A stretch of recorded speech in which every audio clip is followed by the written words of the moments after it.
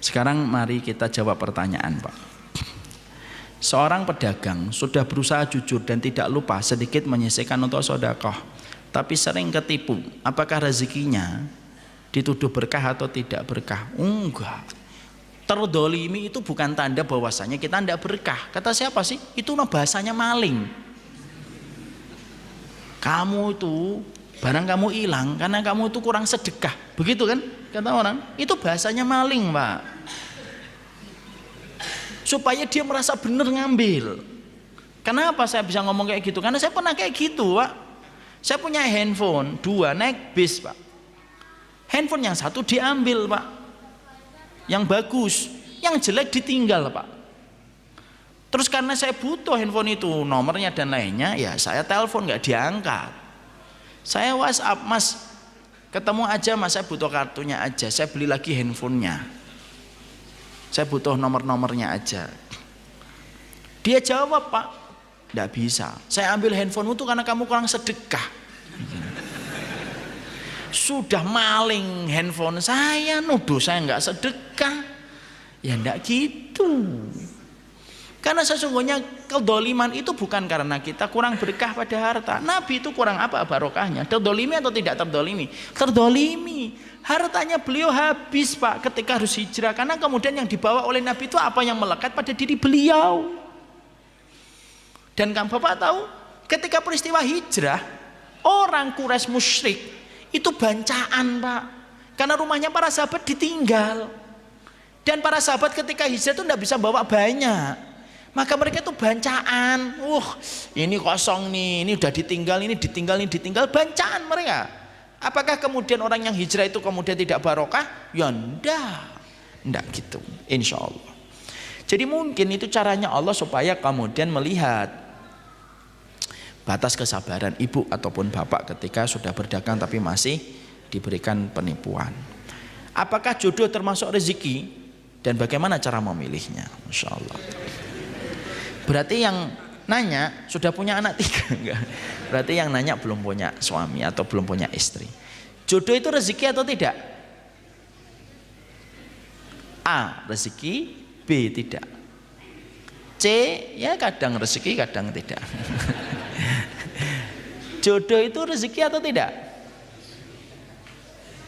Siapa yang menjawab A? Enggak ada. Siapa yang menjawab B? Enggak ada juga. 1. Siapa yang menjawab C? Masya Allah. Inilah kalau di tempat kayak gini, Pak, nggak ada yang jawab. Membedakan antara tawaduk dan tidak ngerti jawaban itu susah. Ini jodoh itu bisa 2, Pak. Bisa terkadang maknanya dunia, bisa terkadang maknanya rezeki. Tergantung niatnya, prosesnya. Ada orang itu yang niatnya saya pengen nikahin foto model. Supaya saya bangga. Nanti ketika ada reuni, saya bisa membanggakan istri saya foto model. Tidak pernah punya cita-cita kebaikan untuk nanti punya anak-anaknya taat kepada Allah. Tidak punya sama sekali. Ini dunia atau rezeki? Dunia. Tapi kalau ada orang nikah pengennya dapat rezeki, pengen dapat istri yang solihah, menemani dia, maka itulah rezeki, Pak. Makanya menikah itu butuh 2, tidak hanya butuh yang baik. Menikah itu butuh yang baik dan tepat. Kadang-kadang orang itu baik tapi belum tentu tepat untuk kita. Jadi kalau ada di antara kalian kok seneng sama ikhwan atau seneng sama akhwat tapi nggak jodoh sama dia, mungkin dia baik tapi tidak tepat. Ini untuk menghibur aja. Tapi kemudian tidak, ketepatan itu diukur dari sholat istikharah. Apa itu doanya? Allahumma inni astakhiruka bi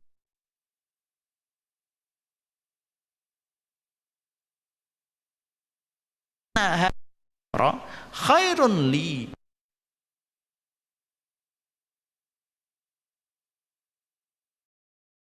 untukku, baik untuk duniaku, baik untuk keluargaku dan kehidupanku nanti. Maka itulah ukuran ketepatan, Pak. Kadang-kadang ada jodoh baik untuk kita tapi tidak baik untuk keluarga bapak ibu kita, Pak. Ada nggak yang kayak gitu? Yang jawab berarti pelakunya. Curhat lewat jawaban Ustadz. Maka kemudian semacam itu. Makanya kalau ngambil keputusan itu baik dan tepat.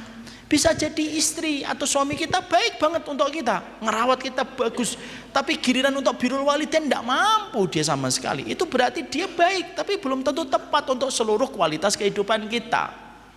Makanya pastikan Pak, anaknya nanti kalau nikah, pastikan nak, nikah itu butuh yang baik dan tepat. Mengetahui yang tepat gimana Pak? Mengetahui yang tepat itu ketika kamu istikharah sama Allah, minta tolong sama Allah, dan itulah ukuran baik dan tepat. Allah alam bisa.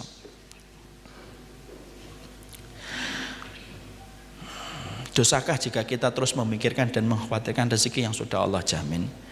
Kalau terus memikirkan, ya dosa. Duduk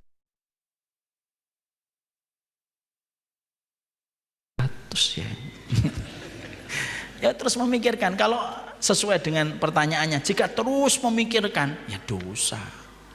Ada saatnya itu diselehno. Hidup itu jangan dipikul, hidup itu dijalani, dan selebihnya diserahkan sama Allah. Ustadz mah gampang ngomong, memang gitulah, semua dari omongan. Ada nggak sahabat ngomong gitu sama Rasulullah? Nabi mah gampang ngomongnya. Enggak. Semua itu dari omongan, lalu masuk ke pikiran, melahirkan keyakinan. Tapi semua itu dimulai dari ilmunya dulu. Dan ini adalah nasihat untuk kita semuanya.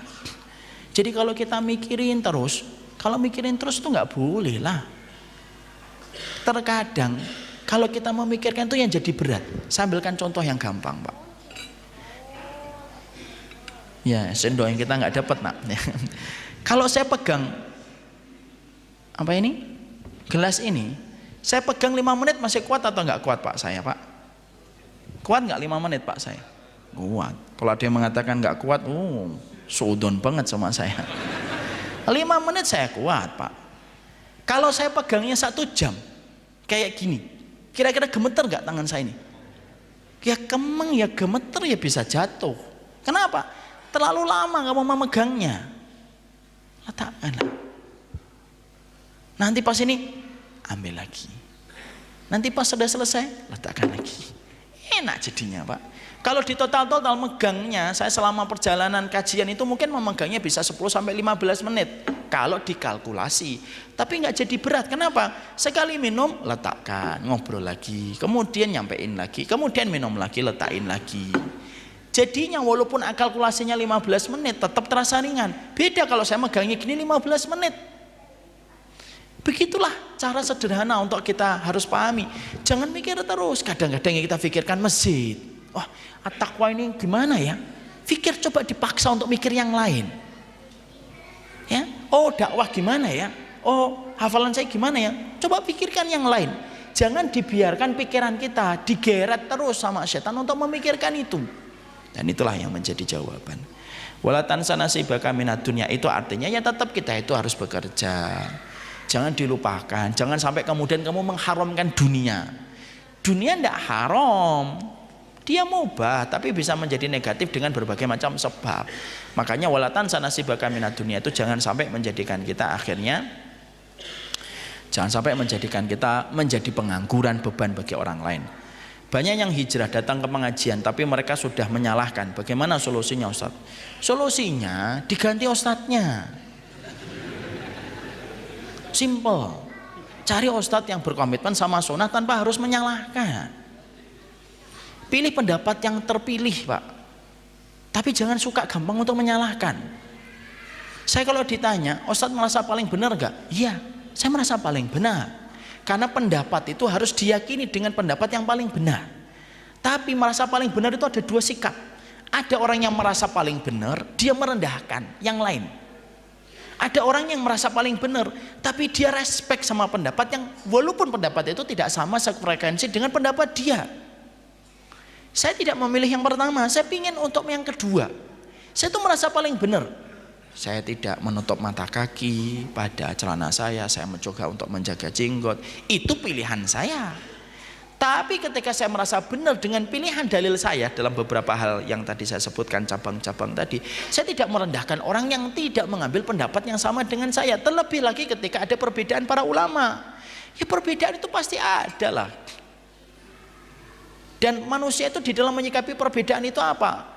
Ada beberapa macam. Ada yang mereka itu menafikan perbedaan. Tidak mungkin ada perbedaan. Ini contoh ini, orang-orang yang kaku, kasar, mengalahkan kanebo yang paling kering. Itu kakunya semacam ini. Kanebo kering itu masih kalah sama orang yang sudah kaku. Makanya kalau berdebat, dialog sama orang yang sudah kaku, capek Pak. Kayak nguras air laut. Pegel ya habis kagak. Makanya saya nggak mau kalau sudah kayak gitu. Karena ada orang yang kemudian semacam itu. Ada yang kedua Pak, yang terlalu mengadakan sesuatu itu selalu semuanya perbedaan para ulama. Tetap perbedaan itu ada, tetapi tetap ada batasan-batasannya. Ada yang perbedaan para ulama, ada yang tidak ada perbedaan para ulama. Syirik, wow itu perbedaan para ulama. Ya nggak bisa. Kalau memang sudah syirik ya syirik. Kalau tidak ada perbedaan ya sudah tidak ada perbedaan. Jangan kemudian kita gampang-gampang mengatakan tidak ada perbedaan. Jangan gampang-gampang pula mengatakan dikit-dikit perbedaan, dikit-dikit perbedaan. Ngerayakan tahun baru misalkan, tiup trompet, tuat. Kita mengatakan jangan begitu, jangan tiru orang-orang yang tidak memiliki ilmu. Wah itu tuh menyikapi trompet itu perbedaan para ulama. Ulama yang mana? Emang Imam Syafi'i mengatakan ada kayak gitu? Enggak ada. Kalau tidak ada perbedaan, katakan tidak ada perbedaan. Tapi kalau ada perbedaan, katakan ada perbedaan. Dan jangan kita sampai kemudian apa? Diombang-ambingkan ketika tidak memahami perbedaan. Karena apa Pak? Selama perbedaan itu maklum, sesuai di dalam hasanah literasi, dalam kehidupan ilmu dan ulama, ya kita harus hormati Pak. Jangan sampai akhirnya kayak kita dulu. Saya tuh dulu maaf saya ini dari keluarga Muhammadiyah. Maka jangan sampai kita ini diadu domba gitu dengan saudara-saudara kita di NU misalkan. Sampai kadang-kadang kita jumpai gitu ada guyonan, tapi ya kenyataannya dulu gitu, karena mungkin banyak orang yang pengen mengadu domba. Ini di sini berapa muslimnya? Muslimnya 80%. Yang 20%, yang 20% Muhammadiyah gitu. Jadi seakan-akan gitu. Atau kemudian orang Muhammadiyah yang gampang untuk menganggap orang NU begini dan begitu, sudah hormati. Pilih pendapat yang paling kita anggap paling kuat Pak. Tapi setelah itu jangan suka merendahkan. Makanya dulu itu sering sekali kalau di waktu kecil, produk di waktu kecil itu orang itu kalau menyampaikan sesuatu dilihat Pak, penutupnya gimana. Kalau Allahul muwafiq ila aqwamit thoriq, wah ini NU nih. Tapi kalau yang menutup wallahu a'lam bishawab, Muhammadiyah. Ada ustadz karena tidak mau diciri NU dan Muhammadiyah, baca semua Pak. Wallahul muwafiq ila aqwamit thoriq wallahu a'lam bishawab. Orangnya bingung, ini MD atau NU. Nggak usah begitulah. Jadi memang harus mengajarkan komitmen kepada sunnah, tetapi menghargai sebuah perbedaan. Kalau memang perbedaan itu nyata di antara para ulama. Ada orang yang mereka itu kuar-kuar masalah sunnah, tapi gampang sekali menyalahkan. Ya memang harus mengganti ustadz, mengganti referensi. Kenapa? Kehidupan akhlak itu kehidupan penting. Makanya saya teringat kepada Imam Syafi'i. Man ahabba ayaftahallahu lahu qalbahu wa yunawwirahu fa'alaihi bil khulwah wa tarkus sufaha wa qillatul aql wa bughdhu ahlul ilmi alladzi laisa ma'hum insaf wala adab. Siapapun yang ingin dilapangkan hatinya, hendaklah dia itu apa? Sering khulwah dengan Allah, berduaan dengan Allah. Meninggalkan orang bodoh yang sering bicara tentang dosa.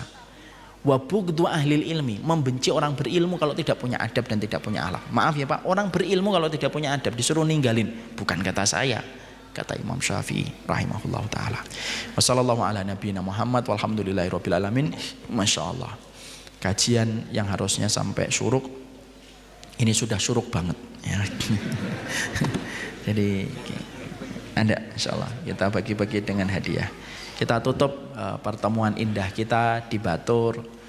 Sudah selesai Pak, dari pertemuan malam sampai pertemuan pagi ini. Semoga Allah merahmati kita semua dan Allah terima transaksi kita dalam ilmu yang kita kemas dan kita kaji menjadi sebuah kebaikan.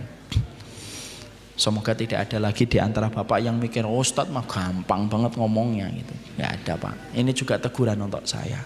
Ilmu itu hakikatnya dan sejatinya menegur diri kita, keluarga kita, dan bisa menjadi kebaikan untuk orang-orang yang mendengar. Semoga Allah merahmati kepada seluruh para pengurus yang bersusah payah telah menyediakan acara kita, kesempatan ini Pak. Mereka susah payah bangun segala macamnya. Semoga Allah terima menjadi amal kebaikan untuk mereka insya Allah. Masalah cendol dawetnya itu hanya bercanda. Ya. Semoga Allah merahmati kita semuanya dalam kebaikan. Oh sedang dikirim ya. Kita lihat itu dunia saya atau tidak. Semoga Allah memberikan kebaikan. Dan kita tutup dengan tanya jawab. Ada 5 hadiah dari saya. Siapa yang bisa menjawab silahkan nanti mendapatkan buku. Ini ada buku 90 panggilan terindah. Ini sebuah buku untuk membedah perenungan terhadap ayat yang dimulai dari ya ayyuhalladzina amanu. Karena ada ya ayyuhalladzina amanu.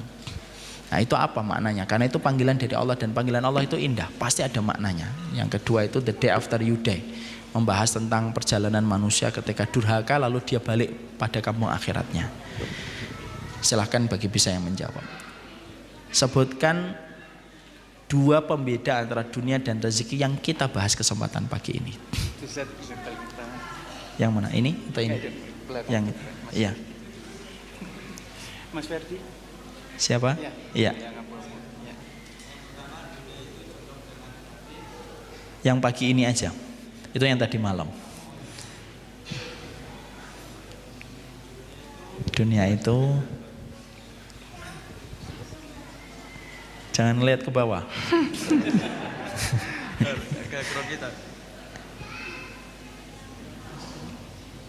Ya, dunia itu melelahkan. Orangnya itu terlalu ambisius. Ya. Mencari dunia. Kalau yang mencari rezeki itu orangnya bersahaja. Betul. Insya Allah. Yang kelima. Yang kelima.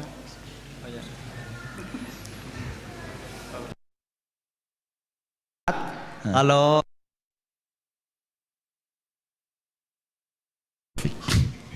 Mas Ferdi udah nikah?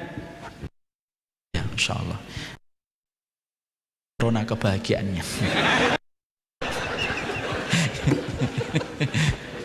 Dengan bapak-bapak ini memancar kebahagiaannya.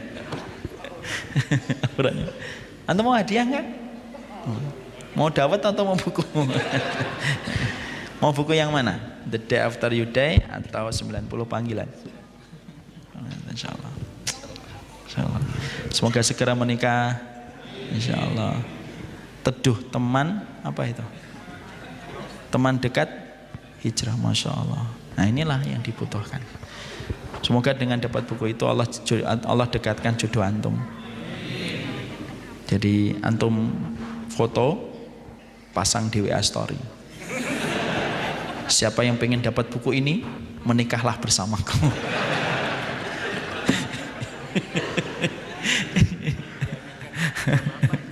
Ini karena udah lama nggak makan es dawet. Pertanyaan berikutnya, kenapa waktu pagi itu berkahnya luar biasa? Nah ini beliau. Sudah atau belum tadi malam Ustaz? Belum.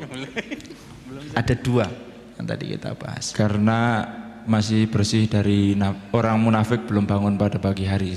Terus yang kedua? Kemudian karena itu disebut oleh Nabi sebagai waktu yang diberkahi untuk umatnya. Amin insyaallah. Udah nikah atau belum? Belum. Antum bersaing berarti. Cepet nikah sebelum Dajjal muncul. Mau yang mana? The Day After You Die atau 90 Panggilan? 90 panggilan. Masya Allah. Salam untuk orang tuanya. Pertanyaan yang berikutnya.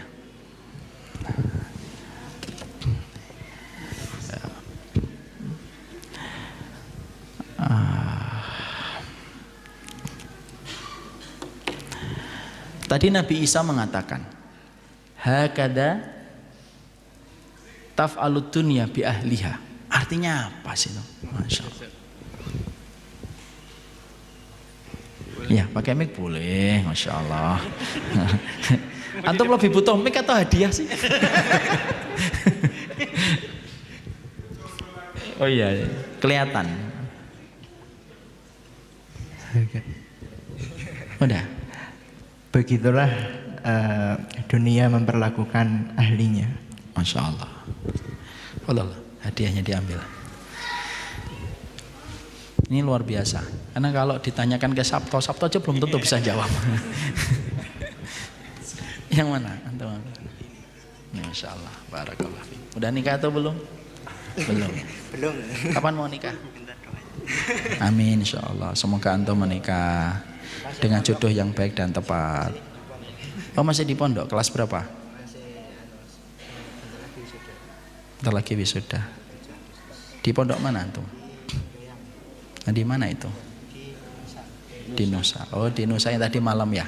Ya, lo yang lain udah pada pulang antum belum? Oh, belum ya. Barakallahu fiik. Jazakallah khair. Pertanyaan berikutnya. Bolehkah minta kaya? Kalau boleh, bagaimana caranya? Di dalam kita berdoanya. Ya.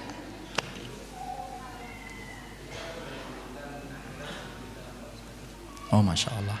Berarti boleh minta doa minta kaya? Boleh. Boleh doa minta kaya? Silahkan, boleh. Tapi doanya harus ditempatkan setelah kita minta urusan akhirat. Barakallahu fiik. Halo. Boleh, gak apa-apa. Masya Allah, silahkan. Masya Allah. Antum namanya siapa? Manyadi. Saya belum mandi, gak apa-apa.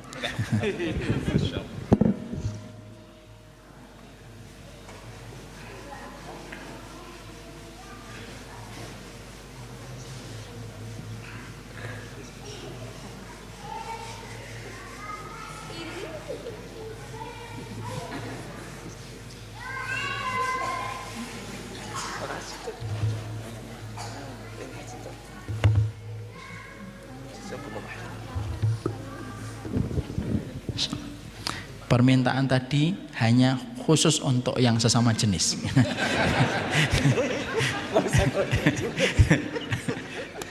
Pertanyaan yang terakhir. Pertanyaan yang terakhir itu adalah orang yang beribadah dengan niatan dunia, sholatnya, sedekah,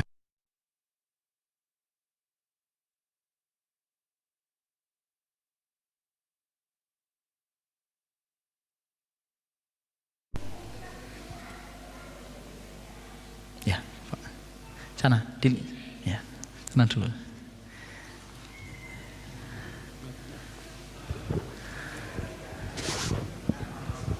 Kecuali apa, Pak?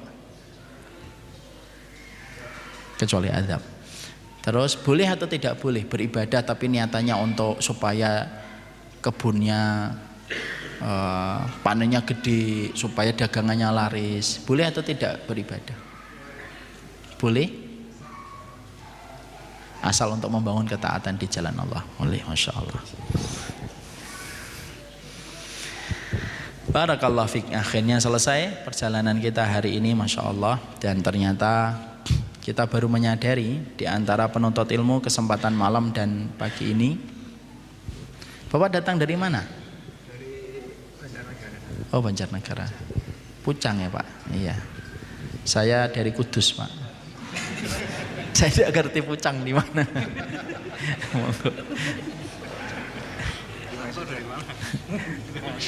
Punya anak, Pak?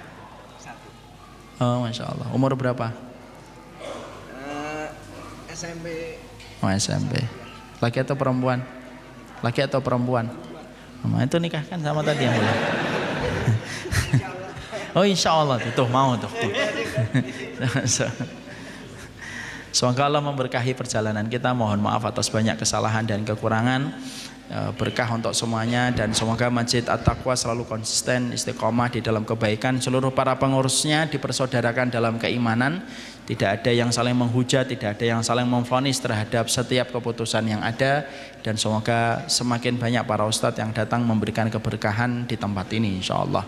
Saya mohon maaf, pamit undur diri. Jazakumullah khairan. Sekaligus nanti kalau tidak hari ini agak siangan nanti pamit undur balik ke rutinitas di Bekasi. Saya nantikan bapak-bapak kalau mau datang ke Bekasi atau mungkin nanti saya akan buatkan slot, misalkan ada bapak-bapak dari At-Taqwa mau datang, silahkan datang ke kantor kita yang ada di Bekasi, ada studio dakwahnya, ada rumah literasi juga nanti insya Allah. Dan semoga cepat selesai, semoga nanti berkah dengan kedatangan tamu. Sekali-kali itu bukan guru yang mendatangi murid, tapi murid yang mendatangi guru. Bukan sumur yang mendatangi timba, tapi timba yang mendatangi sumur. Saya sudah datang Pak ke sini. Nah, sekarang saya lihat kapan pengurus At-Taqwa atau jamaahnya datang ke Bekasi. Kita lihat apakah betul-betul mau datang atau enggak. Insya Allah kalau datang, pertama kali saya akan sajikan es dawet. Assalamualaikum warahmatullahi wabarakatuh. Saya serahkan kepada Ustadz Nasiruddin.